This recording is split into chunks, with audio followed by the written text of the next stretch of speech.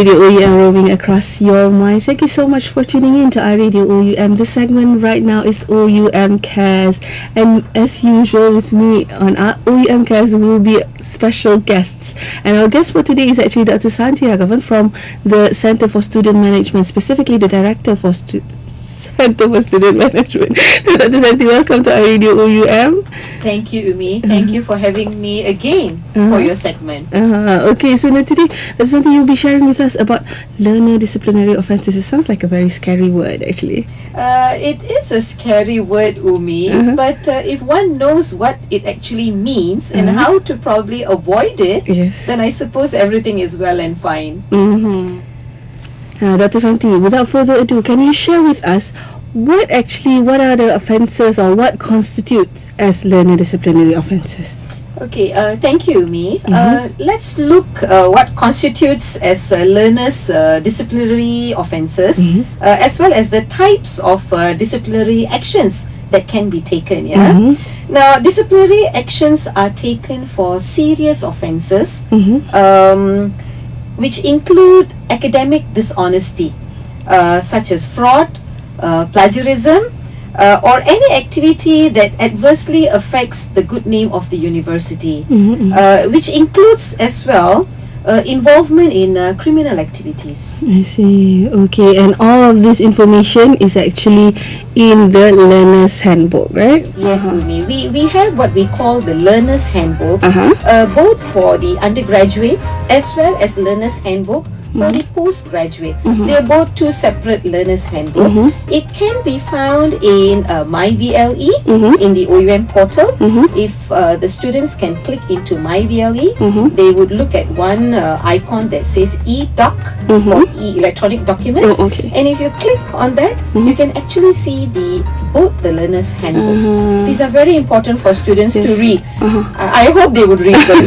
Yes, they should know. Okay. Now, of course, there are some offences or acts that are probably more commonly carried out actually done by our learners. But what are some of the more common offences committed by our learners? Okay. Now, before I cover the ones that are more common done by OUM learners, or perhaps I should say learners in any institutions of higher learning, I think it's my responsibility to actually cover all offences, so that we do not miss out on any pertinent offence, you see, because sometimes what we don't know, we actually think it's okay to do. So allow me to probably cover all the offences that should not be or must not be done in OUM. Okay, firstly, no learner is permitted to be involved in any activity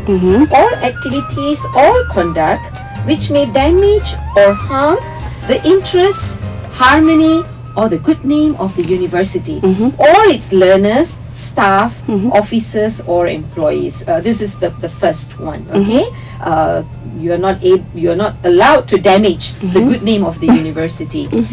Second, the learners are not permitted to use any of our tutorial material which is provided to them by the university for the purpose of personal publication or distribution or even dissemination, even without payment. Okay, we do not want them to reproduce our learning material and to be passed around. That is an offence that many may not know. Okay, the third one is this is quite popular among any university student. Plagiarism of intellectual property belonging to others, including data. Okay, we may source them from the statistics department or something, but sometimes we do not say where it is from. Yes, you do not cite the source of the information. That is considered a plagiarism, and students don't know this. They just copy and paste it without actually acknowledging the author of the particular information. So plagiarism of intellectual property includes not only data but also ideas, publications, as well as inventions. Now, other than these, learners are not allowed to cheat or attempt to cheat, or act in a manner that can be interpreted as cheating. All right, in examination. All right. Now, the next would be while on the premises of the university or any learning centers, the learner may not receive in his possession any alcoholic drinks. Right.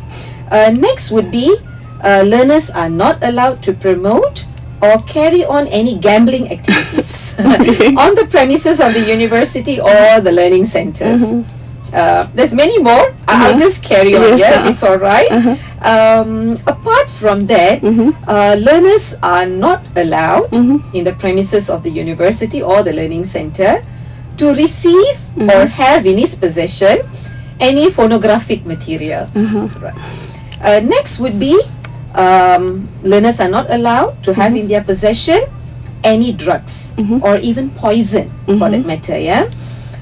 No firearms or explosives. Learners are not allowed to organize or conduct or even participate in any activity in the name of the university without permission or written instruction to do so from the university. No learners or group of learners may promote or manage or assist in the collection of money or contribution in the name of the university without getting a prior permission or instruction from the university. Yeah? Now, I have just a couple of more that I like to cover. Not so many, just a few more. Yeah? No learner or group of learners may participate in anti-government or anti-university activities. Okay, this is important. Now, other than that, no learner or group of learners may establish any association or club or any such body without the permission of the university. Okay, we don't want students to form clubs and register them without the knowledge or the permission from the university. Yeah? No learner or group of learners may publish, disseminate, or distribute any documents without the permission of the university. And lastly, no learner or group of learners may make any statement to the press in the name of the university without written permission from the university. So basically, I've covered all the offences, yes, that are not allowed. Okay, some of them might sound like weird, like do people really do that?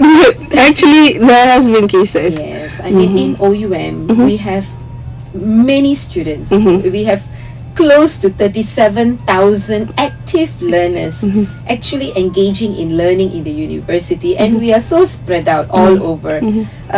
So I suppose when we speak about disciplinary actions, then probably we have to touch on the offences that may cause them to be, taken disciplinary actions. Yeah, right. Okay, now we're going to take a small break first. After the break, Dr. Santhi will share more with us about learner disciplinary offences. So stay tuned to iRadio OUM.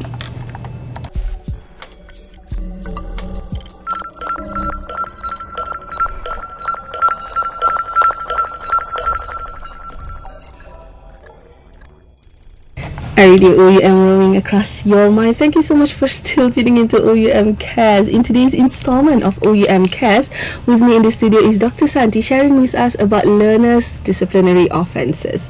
Now, before the break, Dr. Santhi, you shared with us all of the offences that may be committed by our learners. Now, of all those offences, there's about, how many of them? There are about 14, 15 of them? Yes. Okay, now, of all of those, what are the most common types of offences that our learners commit? Okay, now the most common types of offences committed by OUM learners, basically there are three of them. Most common, alright? First of all is copying during examination. Second is bringing in notes during examination. Copying from and thirdly are plagiarism of assignments. Now, let me just explain a little bit about copying during examination. That is basically bringing in the notes, putting it out on the table, and copying. Copying the answers into your answer scripts. The second one, bringing in notes during examination. Now, bringing in notes not necessarily mean copying. They have brought in the notes. Perhaps they have left it in their pocket and it falls out when they are taking out their IC for identification purposes. Sometimes they write in between their fingers. They are not actually looking at them, but the notes are there, sticking onto their body, you know. Some of them they write on erasers at the back of calculators. Very creative. I'll tell you another creative one to me. They even write on their clothes. You know, sometimes we have floral blouses and floral skirts and so on. They actually write their notes around the petals of the flowers. Very creative indeed, yeah. And some of them actually bring in grocery notes, grocery list, you know. And I've been doing this for quite some time now, you know, being in the disciplinary board. We see various kinds of notes being brought in, and when the students are appealing, you know, they tell us that they didn't refer to the note. But as I said just now, bringing in notes itself is an offense. There is no necessity for you to actually copy from it. But as long as the note is found on a student, then it is deemed as an offense. And the third one, the plagiarism on assignments, sometimes the students do this without actually knowing that they have plagiarized. As I said just now, they may have taken information from Google or some journals or some other work, publication, and they did not acknowledge the original author of this material, and that is deemed as plagiarism. And then they can be actually penalized for this conduct as well. Okay, now that's something. Once this happens, once say they commit some of these offences, how are these offences dealt with? Okay, if the students are caught either copying during examination or bringing in notes during examination, usually what happens is these cases will be recorded. There is a form to be filled up by the learning center staff, and this document will then be reported to the group senior legal advisor, who is basically OUM lawyer, okay, who will then present it to the OUM Learner Disciplinary Committee, headed by the Vice President himself. Now, after this is presented at the Learner Disciplinary Committee, it is then taken to the highest level, which is the Disciplinary Appeals Committee, of which a committee that I sit in, chaired by the Senior Vice President himself. So it is deliberated at these two levels in the university. So it's not a method to be taken lightly, actually. It goes to its due process. Yes, it is not solved at the learning center itself, you know.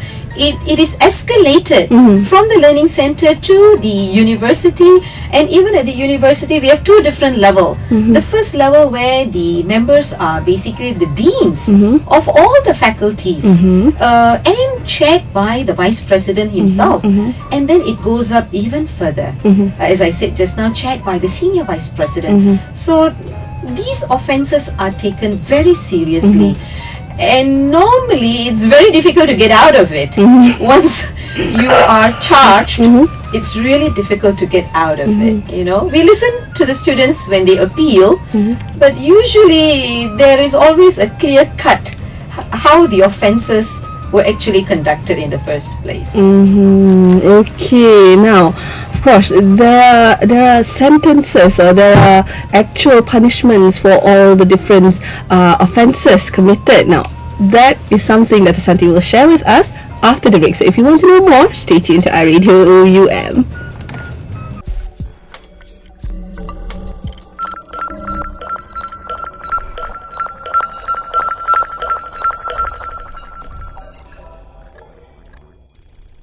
iRadio OUM roaming across your mind. Still tuned in to OUM Cares, and today, since we care, we want to tell you what you might be doing wrong. What are some of the offences you might be doing? We're hoping that our learners are smart enough not to do it, Santhi. Okay, but of course there are some who probably are not aware, who they didn't realize they're actually committing these offences. Now, Santhi, can you share with us what happens when a student is caught committing some of these offences? For instance, what happens if they are caught bringing in notes, like you mentioned earlier, into the examination hall? What happens to the students? Okay, thank you, Umi. Now, let me just cover the first 4 offences that I would really like to, explain, because these are the ones that are commonly, where students are commonly caught. And the disciplinary sentences, I would say, are quite severe. So I suppose they ought to know this, yeah? First of all, as I mentioned just now, bringing in notes into the examination hall. As I said, bringing in notes, not exactly copying, just bringing in notes. And as well as bringing and copying, the second offense, The third one, which students may not know, okay, discussing with a friend or using telephone without permission during the examination. Alright, this is being the third one. And the fourth one, leaving the examination hall without permission, exceeding the permitted time given. Okay, now for these 4 offences, the disciplinary sentences which are meted out, I always call it as empat beradik. Okay, they come together. These 4, they come together. Okay, firstly, they're given a strict warning. Alright. Second, there is a fine of not exceeding 500 ringgit Malaysia. The third is, this is what students are quite sore when they are caught. They receive 0 marks for the overall results of the course concerned. If they bring in notes for a particular course or a particular subject, they may have done very well in the assignment. Maybe they have gotten even full marks. But now they are caught for bringing in notes for that particular course or that particular subject. They get a 0, an automatic 0, which means even for the assignments, they won't get any marks. They won't get any marks. Yes, they would get a 0. This is where the students really flip. Okay, and the fourth one is suspension from the program. I see. Okay, if they're doing a bachelor's program, they are suspended from 1 to 2 semesters. I see. So these 4, they come together. It is not either one. It's all 4 together. So as I said just now, it's pretty heavy. Students being students, they study in groups. They come for classes in groups, they go back in groups. They feel bad when they have to leave the program for 1 or 2 semesters and they are no longer in the group. And now after the sentencing, when they go back, they are all alone. That's the one that they can't accept. So we are telling this beforehand so that the students will be well prepared.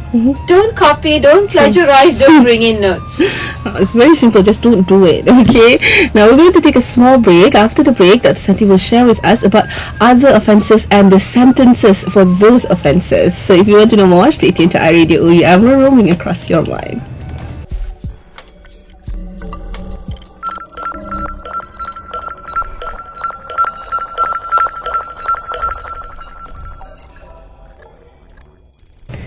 iRadio OUM, roaming across your mind. Still tuned into OUM Cares. With me in the studio is Dr. Santhi Raghavan from the Centre for Student Management, the Director for Centres for Student Management. And today we're taking a look at learner disciplinary offences.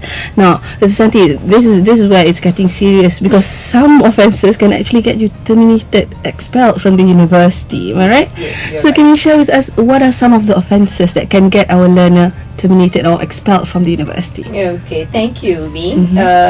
You mentioned about termination from the university. Exactly, immediate termination from the university. Now, some of the offences where we actually give out this sentencing is when a student gets another person to sit for an examination on his behalf or her behalf, that is a fraud actually, you know. It has happened before in the university. We have caught where this particular person replaced a learner for an examination. Let me just relay it to you in a very nice way.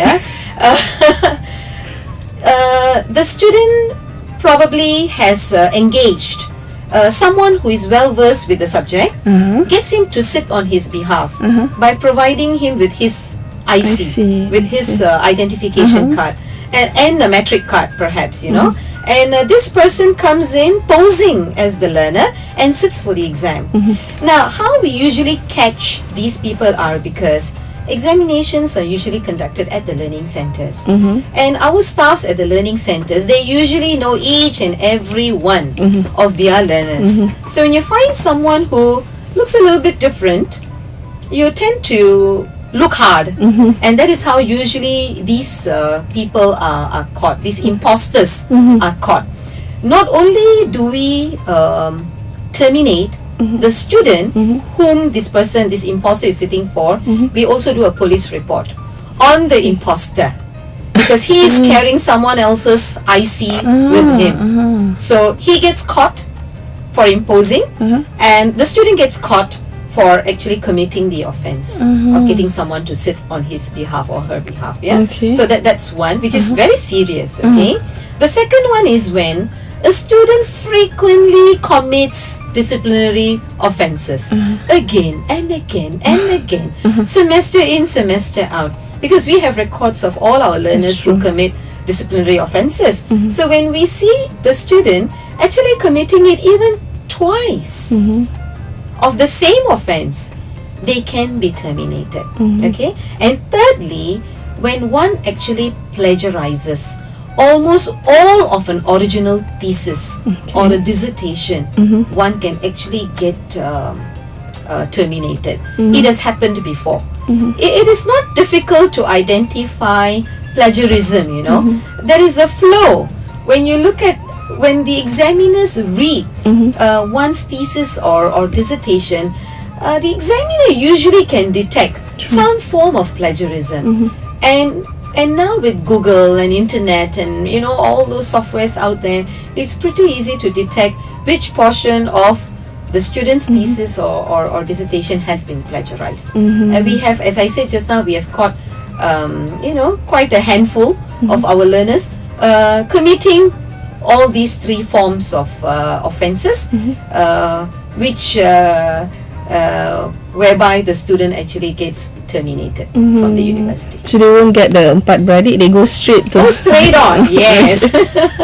Okay, now we're going to take a small break first. We'll be still discussing about the offences and some of the sentences or punishment for those offences. So if you want to know more, stay tuned to iRadio OUM.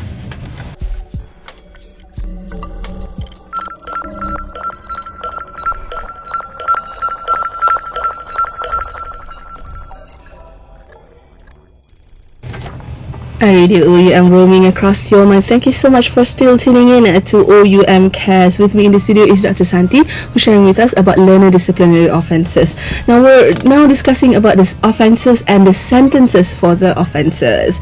Now, Dr. Santhi, what happens if a learner actually commit the offence of plagiarizing maybe not all of the thesis, which will result in their expulsion or their termination from the university, but they just plagiarize parts of the thesis perhaps? What happens to that student? Okay, right. We have in the past where students have actually plagiarized a part of the thesis. Usually it's chapter 1 and chapter 2. Chapter 2 is literature work, literature reviews, you know, so they tend to take someone else's material and put there as their own. And as well as the chapter 1, which is basically introduction, problem statement, and things like that. Now in the case where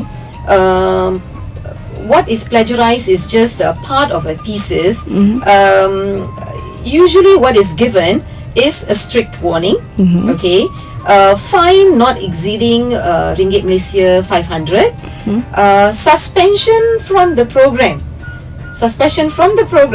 for 1 semester, as well as to resubmit the thesis with a new title, as well as the appointment of a new supervisor. So that's quite a lot of thing, you know. I mean, for one student who, let's say, is in the later part of his undergraduate degree or the later part of a postgraduate degree, to actually get suspended will, of course, cause a lot of problems, you know. But worse still is to resubmit a new title for the research work, as well as the reappointment of a new supervisor. Now that's going to be quite a difficult thing to do. So for plagiarism of any part of the thesis, I suppose final year undergraduate learners as well as postgraduate learners, they have to understand that any part plagiarized, they can be given a strict warning. They will be fined, not exceeding 500 ringgit. They can be suspended from the program, and they would be asked to be given a new title as well as a new supervisor. Okay, now what about some of the other offences, other Okay, now other wrongdoings, now these are at the discretion of the OUM Learner Disciplinary Committee, as I said. If the students are caught for committing some other forms of wrongdoings, as how I mentioned at the early part of the session, then it's at the discretion of the learner committee, learner disciplinary committee. Now, if a learner, if a student actually commit these offences, what can they do? Is there any way for them to appeal? Yes, thanks, Umi. There are avenues for appeal, just like in any university. We too allow students to appeal, to actually state the reason why the particular offence was committed, just to reflect back on what actually happened, you know. So learners can appeal to the university to deliberate their sentences through the learners disciplinary committee, which will then lead to the disciplinary appeals committee.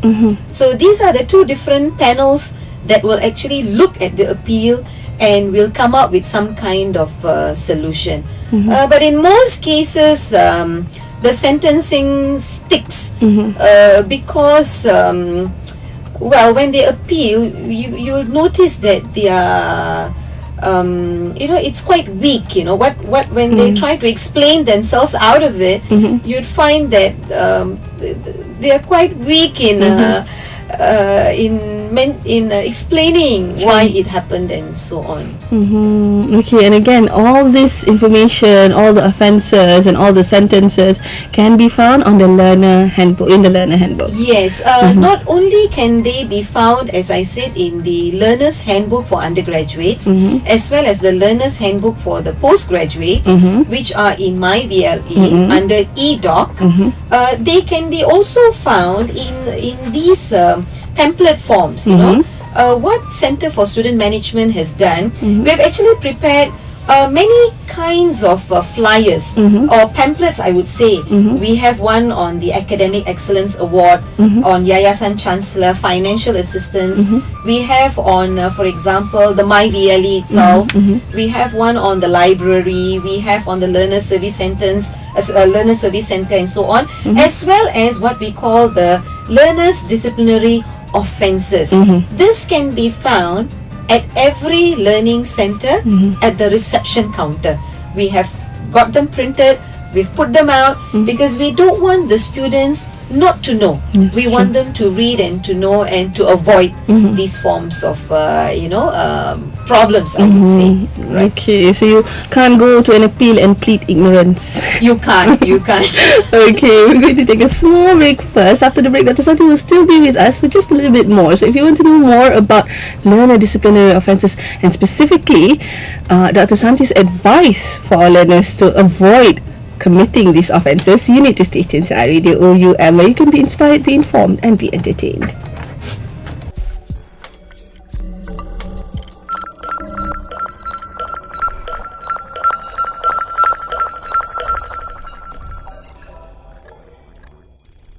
iRadio OUM roaming across your mind. It's the final minutes of OUM Cast for today, okay? And since it's the final minutes, I think it's only fitting that Dr. Santhi share with us what are your advice, Dr. Santhi, for our learners. We've been sharing about all the learner disciplinary offences that they might commit, that they may have committed unknowingly, but now they cannot plead ignorance any longer. So now what's your advice, Dr. Santhi, to our learners for them to avoid committing all these offences? Thank you, Mia. My advice would be, first and foremost, would be don't plagiarize. Okay, don't plagiarize assignments simply because all submitted assignments, they undergo what we call a similarity checker.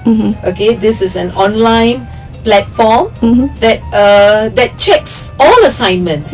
If there is any similarity between assignment A and assignment B all over the country, alright? So if the assignment goes through a similarity checker, then the checker actually puts out all those assignments that are similar.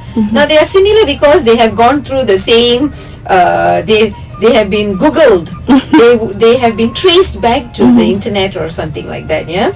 Now if plagiarism is detected, then marks would be deducted based on how much of plagiarism has taken place. Yeah. Now if major part of the assignment is plagiarized, then the learners will be facing the disciplinary action that I've just mentioned earlier. Now my second advice would be, this is for the exam, you know, the bringing in the notes and copying during examination and so on. For those of them who feel that they are not ready to sit, you see, just before that, Umi, I just like to share, in most cases when students come all the way to appeal, they appeal in OUM face-to-face here. Normally they write in and they also attend the disciplinary committee meeting where they present why they had brought in the notes or why they copied. Now in most cases they say that they were not ready to sit for the exam, hence they had to bring in the notes. So if learners are not ready to sit for an exam, there could be many reasons, okay? Not really because they are stressed, as in most cases, burnt out, or maybe they have been sick, or their spouse or parents have been sick. Normally these are the common reasons given by the students, right? Now if the learners are not ready to sit for the exam, don't attempt to bring in notes into the exam hall, okay?